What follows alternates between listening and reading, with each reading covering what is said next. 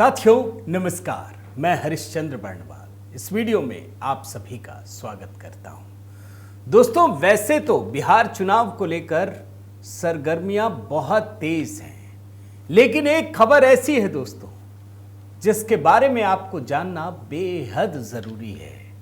प्रधानमंत्री मोदी का तीर सीधे निशाने पर लगा है, और ये तीर कितने निशाने पर लगा है दोस्तों, आप इसी बात से समझ सकते हैं कि पाकिस्तान के पाप का घड़ा भर भी गया और अब फूटने भी वाला है।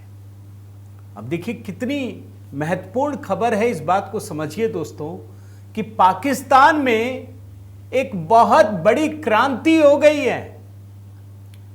बिना किसी रक्तपात के, बिना कुछ किए, और यह क्रांति कितनी बड़ी है इसको इस बात से समझ सकते हैं कि रातों रात पूरी की पूरी सत्ता पलट गई है। वहां पर असीम मुनीर दोस्तों देश का नया डिक्टेटर घोषित रूप से पूरे के पूरे संविधान को पलट करके बन चुका है। बस औपचारिक मुहर बाकी है। आखिर ये किस प्रकार की खबर है, कितनी महत्वपूर्ण है, भारत को क्या लेना देना है। अब देखिए, मैं आपको दो तीन उदाहरण से समझाता हूं दोस्तों कि ममदानी उधर जीत गया, अगर न्यूयॉर्क का मेयर बन गया, तो देखिए लेफ्ट वाले उछल रहे हैं, राइट वाले बड़े मायूस थे। मैंने आपको बताया था ना कि ममदानी का जीतना भारत के लिए बुरा नहीं है, अच्छा है। अरे जो अमेरिका भारत को बड़ा लेक्चर देता था, अब वही चीज वहां पर डसने को तैयार है। इसको पॉजिटिव लीजिए। इसी प्रकार से तालिबान जब सत्ता आई थी अफगानिस्तान में, आप याद कीजिए, भारत में लेफ्ट लिबरल गैंग उछल रहा था, पाकिस्तान उछल रहा था, और जो राइट विंग के लोग हैं वो निराश थे, पता नहीं क्या हो गया, क्या हो जाएगा। आज परिस्थिति कैसी है। ऐसी ही तीसरी बड़ी घटना है दोस्तों, पाकिस्तान में असीम मुनीर संवैधानिक रूप से तख्ता पलट करके राष्ट्रपति और प्रधानमंत्री से भी ऊपर हो रहे हैं। अब हो सकता है बहुत सारे लोगों को इसमें मोदी को घेरने का नया ढूंढ ले मौका, मगर यह बहुत बड़ी खबर है। और मैं तो साफ साफ कहता हूं दोस्तों कि प्रधानमंत्री मोदी का तीर निशाने पर लगा है। क्या है खबर, कितनी बड़ी खबर है, यह सब कुछ अभी डिकोड करूंगा दोस्तों। मेरा निवेदन है कि जरूर कमेंट करके अपनी राय दीजिएगा। और हां दोस्तों, देखिए HB मेलोडी पर तो कवि गीतों का सिलसिला लगातार जारी है, लेकिन चूंकि एक नई खबर, बिल्कुल नई खबर दोस्तों, मेरी नई पुस्तक संघ की अनसुनी कहानियां, यह पुस्तक कितनी महत्वपूर्ण है इसको इसी बात से समझ सकते हैं दोस्तों कि इसे तैयार करने में, इसकी रचना में बरसों लगे हैं, कम से कम 5 वर्ष लगे हैं। सैकड़ों किताबों को पढ़ने के बाद यह पुस्तक तैयार हुई है। जो लोग सवाल पूछते हैं ना, और मैं कहीं नहीं, सबसे पहले अपने सोशल मीडिया परिवार के साथ साझा कर रहा हूं दोस्तों, जो लोग सवाल उठाते हैं ना कि राष्ट्रीय स्वयंसेवक संघ ने क्या किया, कोई कुत्ता मरा क्या, उसी पर रिसर्च किया। और 225 कहानियां हैं दोस्तों इस पुस्तक में। मेरा निवेदन है, मैं वैसे अपनी किसी पुस्तक के बारे में नहीं कहता, लेकिन इस पुस्तक को जरूर पढ़िएगा। एक एक कहानी दोस्तों, सिर्फ 150 शब्दों में एक एक कहानी, बड़ी कहानी, स्वतंत्रता आंदोलन से पहले की कहानी, और कम से कम 200-250 अनदेखी तस्वीरें भी हैं। अब राष्ट्रीय स्वयंसेवक संघ की एक बुरी बात तो यह है दोस्तों कि यहां स्वयंसेवक करते तो हैं, बताते नहीं हैं। तो उस बताने की प्रक्रिया में ये लेकर के मैं आया हूं। तो मेरा निवेदन है दोस्तों, जरूर आप पढ़िएगा और बताइएगा कि आपको कैसा लगा। मैंने इसको कमेंट में लगा दिया है, तो आप इसको देखिए। कोई भी दिक्कत हो आप मुझसे संपर्क कर सकते हैं। आइए शुरू करते हैं दोस्तों। खबर देखिए, मुनीर के सामने पाकिस्तान सरकार का सरेंडर, संविधान को ही बदलने की तैयारी, आर्मी को मिलेगी खुली छूट। पाकिस्तान में इस समय एक तैयारी चल रही है, संविधान संशोधन कर दिया जाए। अब देखिए, जो उसका फील्ड मार्शल है, एक बात और बताता हूं दोस्तों कि भारत से पाकिस्तान को बुरी तरह से मार खानी पड़ी ऑपरेशन सिंदूर में, तो अब ये क्या करें, तो ये फील्ड मार्शल बन गया। अब अफगानिस्तान वाले पीट रहे हैं, तो ये संविधान संशोधन चल रहा है। 2027 में असीम मुनीर को रिटायरमेंट दिया जाना है, लेकिन वो और 5 साल के लिए जम जाएं, इसके लिए ये संविधान संशोधन किया जा रहा है आर्टिकल 243 में। और अब ये कहने की बात नहीं रह गई, पहले तो ये छिपा रहे थे शहबाज शरीफ, कैसे मुंह दिखाएंगे सबको, लेकिन जब सेना साथ हो तो वो डरते नहीं है, उनको जनता से लेना देना नहीं है। जनता तो चुनाव में जिताती भी नहीं है भाई, सेना वाले जिसको चाहते हैं जिता देते हैं। कभी इमरान खान को जिताया, अभी इसको जिता दिया। कैबिनेट ने दोस्तों ये जो पाकिस्तान में संविधान संशोधन हो रहा है उसको मंजूरी दे दी है। अभी बताऊंगा क्या है, कितनी बड़ी खबर और भारत से क्या लेना देना है। और अब इसे सीनेट में पेश किया जाना है। ये शहबाज शरीफ सबसे जाके मांग रहे हैं समर्थन, कि समर्थन दे दो भाई, 2/3 बहुमत चाहिए। साथ में बोल रहे हैं नहीं दोगे तो हमको तो बहुत मारा है असीम मुनीर ने, तुमको भी नहीं छोड़ेगा। इमरान खान को देख रहे हो ना क्या हाल है। अब धीरे धीरे सारी पार्टियां दे ही रही हैं, सब दे देंगे, मतलब यह औपचारिकता है। जो नहीं देंगे गोली मार देंगे सेना वाले, वहां तो सेना का शासन चलता है। अब आप समझिए कि यह संविधान संशोधन क्या है। जो वहां का आर्मी हेड है असीम मुनीर दोस्तों, अब संवैधानिक संशोधन के जरिए उसको बाकायदा देश का सबसे बड़ा आदमी घोषित कर दिया जाएगा। और जो ये पाकिस्तान का प्रधानमंत्री है, राष्ट्रपति है, वो सिर्फ एक रबर स्टैंप की तरह रह जाएगा।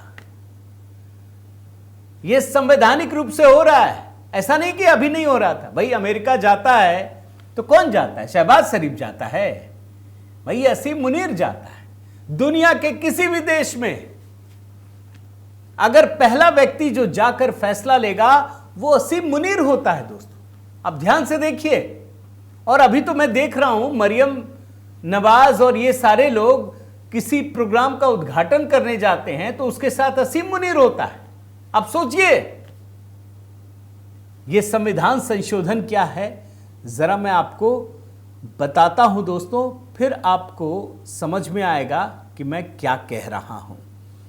जो आर्टिकल 243 है दोस्तों, अभी क्या लिखा है मैं पढ़ता हूं।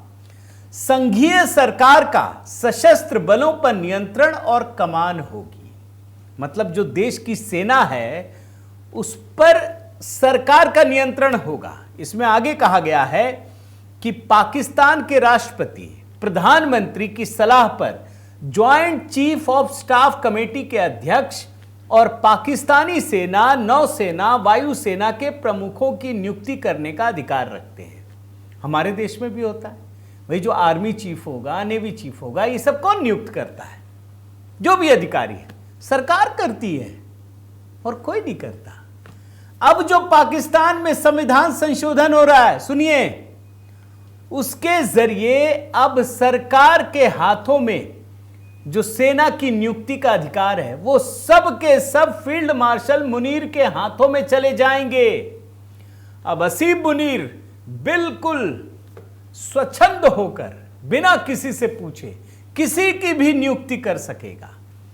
कोई सरकार से पूछने की जरूरत नहीं पड़ेगी, जो चाहे जहां चाहे कोई भी फैसला कर सकता है। संवैधानिक रूप से फील्ड मार्शल को एक पद दिया जा रहा है जिसकी वैल्यू राष्ट्रपति प्रधानमंत्री के बराबर होगी, अधिकार उससे ज्यादा होंगे। यह संविधान में किया जा रहा है, प्रोटोकॉल में बराबर हो जाएंगे।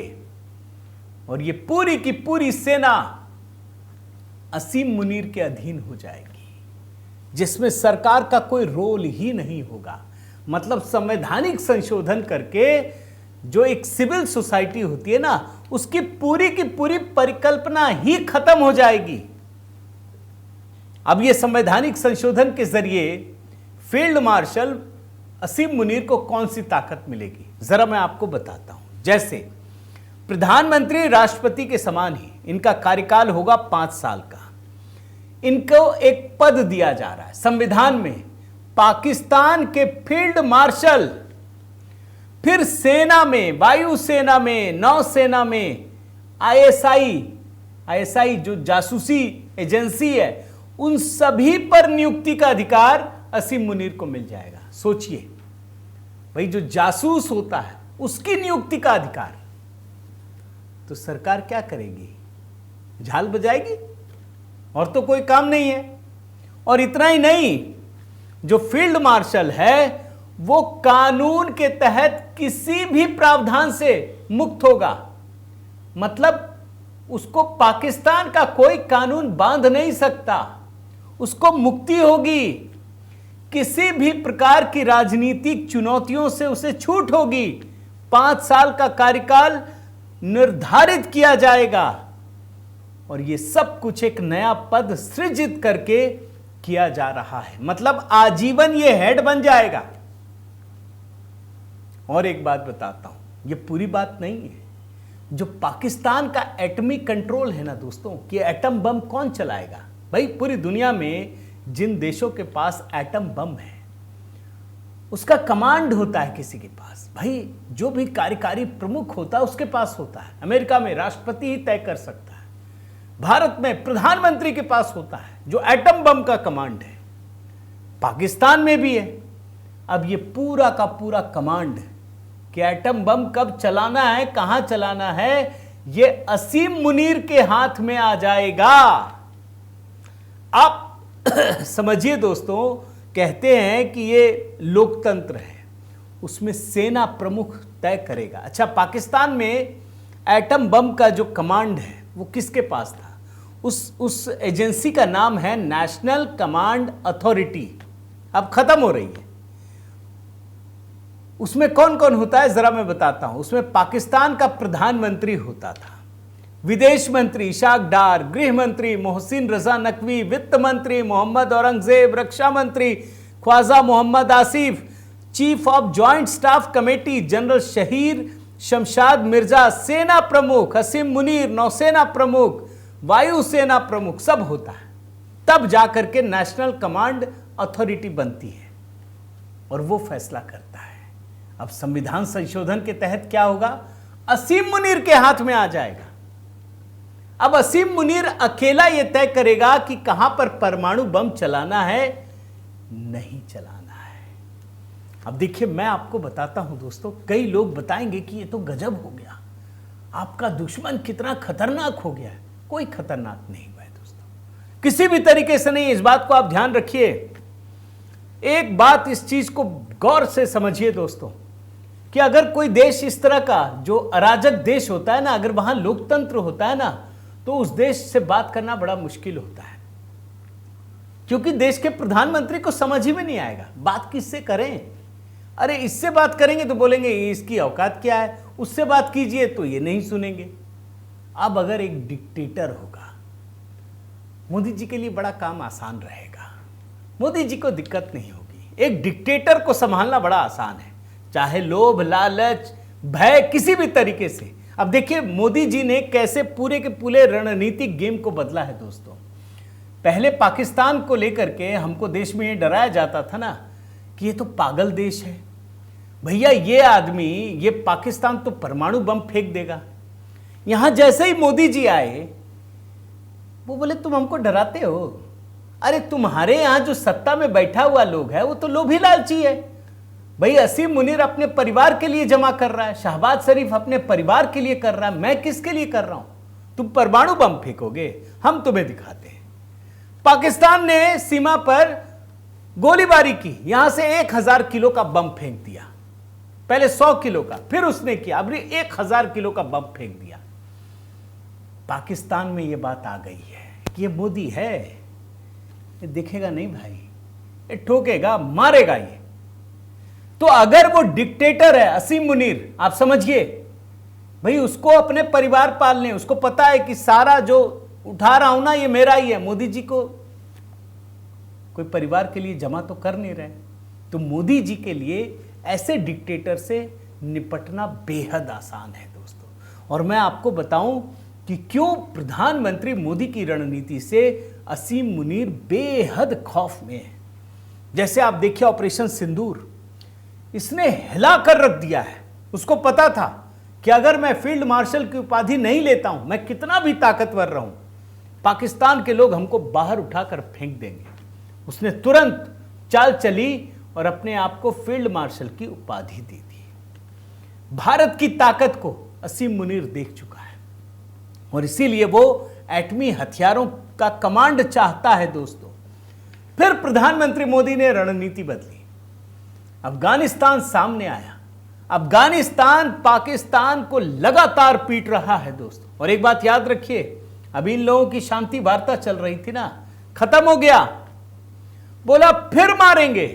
और पाकिस्तान के भीतर जो तालिबानी बैठे हुए ना, वो भी असीम मुनीर को ढूंढ रहे हैं दोस्तों। ये बात आप समझिए। एक और रीजन है, प्रधानमंत्री मोदी ने सिंधु नदी समझौते को रद्द कर दिया है दोस्तों। पाकिस्तान की स्थिति ऐसी है कि वहां पर असंतोष फैल रहा है। आप समझिए, वहां आम जनता बहुत परेशानी में है। एक तो महंगाई, पानी नहीं आ रहा है तो फसलों का नुकसान, हर तरफ से संकट में है। असीम मुनीर जब सरकार को निपटाता है तो आम जनता में भी खौफ पैदा होता है। इस बात को आप समझिए। और सेना कभी भी ये कंट्रोल खोना नहीं चाहेगी दोस्तों, इस बात को याद रखिए। और असीम मुनीर इसीलिए पूरी की पूरी सेना, पूरी सरकार और पाकिस्तान को अपने कमांड में रखना चाहता है ताकि उसके खिलाफ पाकिस्तान में कोई सुर न उठा सके। और ये सब क्यों होता है आप समझिए।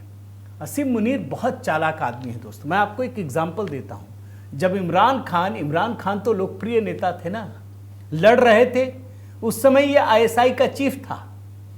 इसको हटा दिया, ये समझ गए, इमरान खान समझ गया कि भैया ये आदमी तो बहुत तेज है। इसको आईएसआई के चीफ से हटाया और उस आदमी ने कितना बड़ा बदला लिया इमरान खान से। आप सोचिए, आज भी उसको बुरी तरह से कुचल कर रखे हुए। इमरान खान की पत्नी को महीनों जेल में रखा दोस्तों, 14 महीने तक जेल में रखा। यह है असीम मुनीर। लेकिन एक सच ये भी है कि असीम मुनीर भी डरा हुआ है। असीम मुनीर को पता है कि जो भी पाकिस्तान में हेड रहता है, चाहे सेना का हो चाहे सरकार का हो, कोई भी आदमी हो, उसका भविष्य भी उज्जवल नहीं होता। और इसीलिए उसने अभी से चालबाजी शुरू कर दी है। और मैं आपको दिखा रहा हूं दोस्तों कि असीम मुनीर ने सबसे पहले अपनी पत्नी और अपने बच्चों, 3 बच्चे हैं, सबको अमेरिकी पासपोर्ट दिला दिया, अमेरिका का सिटीजनशिप दिलवा दिया है कि भैया तुम लोग वहां रहो, जैसे ही माहौल बदलेगा अपना हवाई जहाज लेकर के फिर अमेरिका पहुंच जाएंगे। और वैसे भी डोनाल्ड ट्रंप से तो बड़ी गहरी दोस्ती नाप ली है। आप जानते हैं डोनाल्ड ट्रंप तो आजकल पता नहीं क्या सेटिंग है, अब आने वाले दिनों में ही पता चलेगा कि आखिर पाकिस्तान में ऐसा कौन सा खजाना मिला कि डोनाल्ड ट्रंप उसकी गोद में जाकर बैठ गए, असीम मुनीर उसके गोद में जाकर बैठ गया। लेकिन मैं मानता हूं दोस्तों कि पाकिस्तान में जो भी घटना घट रही है वो भारत के लिहाज से बेहद महत्वपूर्ण है, उस पर नज़र ज़रूर रखी जानी चाहिए। उम्मीद करता हूं ये वीडियो आपको पसंद आया होगा।